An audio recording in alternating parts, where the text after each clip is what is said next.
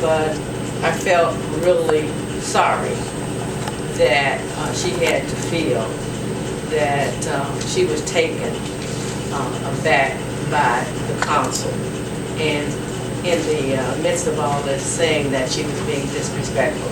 Every time Tiffany came up, she was respectful, and she's always talking about the kids. And we all, in some manner, have children that have went through Shaw High School, the intermediate grades and all that. So they are the future, and we should do whatever we can.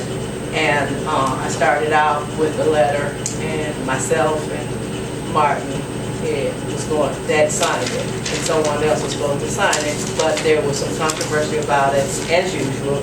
But we went on and we got through it, and that's an era that's passed, and hopefully we can go on and get it done. Mr. O'Mays, you stated that you heard through the grapevine. Mr. O'Mays talked to me, and he was telling me about the 4 votes. And I told him that I called down to the Board of Election. The Board of Election stated that 4 votes was supposed to be dealt with, but it already had been certified, and that is the recall charter amendment. And as far as I know, he is saying that an opinion came from our law director stating that you could use the 3. And the opinion, I think, is up here from the law director. I haven't seen it personally, but it's up here. I think it's on my computer also. So there will be a special meeting of the Board of Election on September 14th. And he didn't get it through the grapevine, he got it from Council Thomas. And if you ask Council Thomas for information, I would gladly give it to you. At what time? They didn't say. You'll have to go up on their website and find it. And that's a charter amendment. And as far as the voting here in East Cleveland, yes, we have to do more. We had precinct committee people, we have council people, and the council people each have a ward, and we have 2 at large.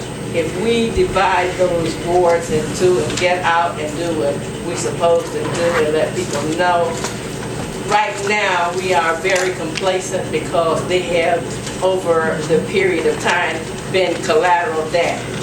And collateral damage is what Trump is projecting. Trump is not going to come here because this is a black area and he's not going to see nobody but the white folks. And I'm saying he only went to these other areas because he was pressed. Now, I have been given a point of privilege. And a point of privilege is that I was not here during all the controversy that was going on in the city of East Cleveland. And I want you to know that I was not missing in action, did not run away, did not hide. But I want everyone, I'm sorry that the residents did not come tonight like they did in other times, because I want everybody to know that I don't run from controversy, I don't run from a fight. I stand up and do what's necessary to do, and I fight wholeheartedly for my community. So I was given the opportunity to read a statement, and it's not that I want to debate with my council, and it's not that I want to debate with my residents. I just want to give you the 411 like it's coming from Council Thomas from Ward 2. The memorandum of understanding passed by the City Council a week ago had generated a lot of criticism, and it's still going on. It went on worldwide, not just right locally, it went worldwide. I did not wholeheartedly support any point in the memorandum of understanding. That's what an MOU is. In fact, I vehemently disagreed with some of the points My intent in voting for ordinance 4-16 was based on the mayor giving his support through a letter for the feasibility study, which is supposed to have been signed simultaneously as we pass legislation. My understanding of the MOU that was authored by Council Vice President Brandon King was supposed to be given to the 3 appointed commissioners for their review as a working negotiating strategy tool. The Council Vice President insisted that the commissioners sign off on this MOU. Therefore, when I voted, I was voting for the legislation only and accepting the MOU for the commissioners to meet and review because they had already asked for a meeting. I knew nothing about an emergency meeting that took place on August 29, 2016 until the clerk called me that day on my cell phone to ask me if I was going to attend. I reminded the clerk that I was still out of town.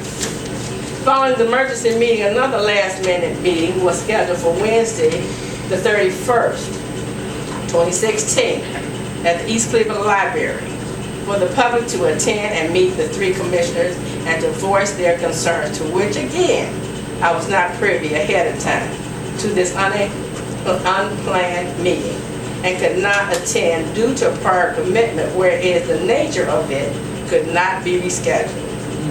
I made the clerk aware of all that was taking place with me, and I was totally upset to hear of all the controversy that was going on regarding the MOU being sent, the MOU being sent along with legislation to the City of Cleveland Council and why it took place. The clerk informed me that the MOU was part of the legislation, which was not my understanding. So I asked her, was the MOU signed according to the Council Vice President, what the Council Vice President wanted done? The Council Vice President was very adamant about having these individuals sign the MOU. Matter of fact, he said that if this MOU was not signed by the 3 commissioners, he would not vote. It's on tape. I informed the clerk it should never have been sent with the legislation. Beforehand, the Vice President stated that he wanted it attached to the back of the legislation. An MOU was not included in the body of the legislation. Also, the clerk stated that it was not signed. Therefore, if something wasn't signed and you wanted it signed in order to deal with it, and it wasn't signed, it should not have been done. Also, my understanding